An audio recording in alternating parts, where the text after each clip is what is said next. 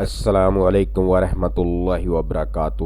میں ہوں آپ کا فیسیلیٹیٹر، ایک نئی ویڈیو کے ساتھ حاضر ہوں۔ امید کرتا ہوں کہ آپ سب خیریت سے ہوں گے، جہاں بھی ہوں گے محفوظ ہوں گے۔ آج میں بات کروں گا بچوں کی 10 عام بیماریوں پر۔ ہاتھ، پاؤں اور منہ کی بیماری۔ کیا آپ کے بچے کی ہتھیلیوں، پیروں یا کولوں پر خارش یا چھالے ہیں؟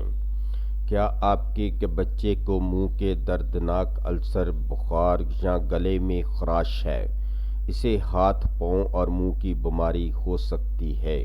کبھی کبھار یہ زیادہ سنگین چیز بن سکتا ہے۔ اپنے بچے کی ہتھیلیوں پر چھالے تلاش کریں۔ کیا کرنا ہے؟ اگر آپ کے بچے کے پاس ہاتھ، پاؤں اور منہ کی بیماری ہے تو اس کے اسکول شیرخوار بچوں کی دیکھ بھال کے مرکز کو مطلع کریں۔ اپنے بچے کو گھر میں رکھیں تاکہ انفیکشن دوسرے بچوں میں نہ پھیلے۔ اپنے بچے کو ہائیڈریٹ رکھیں، اسے کافی مقدار میں پانی اور سیال دیں۔ نرم خوراک پر جائیں کیونکہ منہ کے چھالے بہت تکلیف دہ ہو سکتے ہیں۔ اپنے بچے کو بستر پر آرام کرنے میں مدد کریں۔ گھر میں ہاتھ، پاؤں اور منہ کی بیماری کے پھیلاؤ کو روکنے کے لیے اقدامات کریں، جیسے کہ تمام کھلونوں اور دیگر اشیاء کو جراثیم سے پاک کرنا جن سے آپ کا بچہ رابطے میں آتا ہے۔ اپنے بچے کو فوری طور پر ڈاکٹر کے پاس لائیں اگر آپ کو شک ہو کہ اسے ہاتھ، پاؤں اور منہ کی بیماری ہے۔ بخار کے دورے۔ بخار کے دورے کے دوران بچہ بے ہوش ہو سکتا ہے، سخت ہو سکتا ہے، اچانک نیچے گر سکتا ہے یا بازوؤں اور ٹانگوں میں جھٹکا لگا سکتا ہے۔ دیگر علامات میں جبڑے کا بند ہونا اور آنکھوں کا ایک طرف ہونا شامل ہے۔ کیا کرنا ہے؟ اپنے بچے کو روکنے کی کوشش نہ کریں، اسے زمین پر چھوڑ دو اور ایک طرف کو کروٹ دیں۔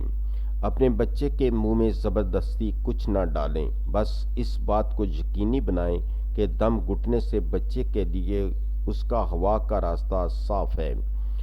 دورہ ختم ہونے کے بعد اگر آپ کا بچہ چاہے تو اسے سونے دیں۔ اپنے بچے کو فوری طور پر ڈاکٹر کے پاس لائیں اگر اسے پہلی بار دورہ پڑ رہا ہے۔ چکن پاکس۔ کیا آپ کے بچے کو بخار ہے اور خارش ہے؟ جسم اور چہرے پر سرخ دھبے ہیں۔ چکن پاکس کے دانے کچھ دنوں میں ظاہر ہوتے ہیں اور آخر کار چھالے بن جاتے ہیں۔ اگر کھرچنے والے علاقے متاثر ہوں تو دھبے کے داغ چھوڑ سکتے ہیں۔ صحت مند بچوں میں چکن پاکس عام طور پر ایک عام اور ہلکی بیماری ہے۔ یہ بہت متعدی ہے اور کسی متاثرہ شخص سے براہ راست رابطے یا ہوا میں بوندوں کے ذریعے آسانی سے پھیل سکتا ہے۔ کیا کرنا ہے؟ اگر آپ کے بچے کو چکن پاکس ہے تو اس کے اسکول اور یا چائلڈ کیئر سینٹر کو مطلع کریں اور اس بیماری کو دوسرے بچوں میں پھیلنے سے روکنے کے لیے اسے گھر پر رکھیں۔ خراش سے بچنے کے لیے اپنے بچے کے ناخن تراشیں اور رات کو اسے دستانے پہننے دینے پر غور کریں۔ کھجلی کو دور کرنے میں مدد کے لیے اپنے بچے کو ٹھنڈا غسل دیں۔ اگر خارش آنکھوں میں پھیل جائے یا بہت سرخ یا نرم ہو جائیں تو اپنے بچے کو فوری طور پر ڈاکٹر کے پاس لائیں۔ اس کے علاوہ اگر آپ کے بچے کو چکر آ رہا ہے، پریشان ہو، الٹیاں ہو رہی ہوں، دل کی تیز دھڑکن ہو رہی ہو، سانس لینے میں تکلیف ہو یا اگر اسے کپ کپی ہو رہی ہو، پٹھوں کی ہم آہنگی ختم ہو رہی ہو، گردن آکڑ رہی ہو یا تیز بخار ہو۔ ایگزیمیا۔ کیا آپ کے بچے کے اعضاء، چہرے پر سرخ خارش والے دانے ہیں؟ کیا وہ مسلسل خارش اور خارش کی شکایت کر رہا ہے؟ ایگزیمیا میں مبتلا بچوں کی عام طور پر ایگزیمیا اور دیگر متعلقہ حالات جیسے کہ دمہ یا کھانسی بخار کی خاندانی طریق ہوتی ہے۔ یہ متعدی نہیں ہے۔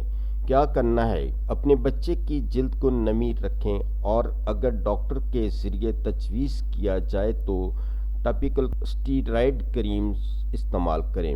سونے سے پہلے اپنے بچے کو خارش کی دوا دینے سے خارش کم ہوگی اور اسی کے زیادہ آرام سے سونے میں مدد ملے گی۔ عام محرکات سے بچیں گے جیسے درجہ حرارت میں اچانک تبدیلی، دھواں، جانوروں کی کھال، تمباکو کا دھواں اور تناؤ۔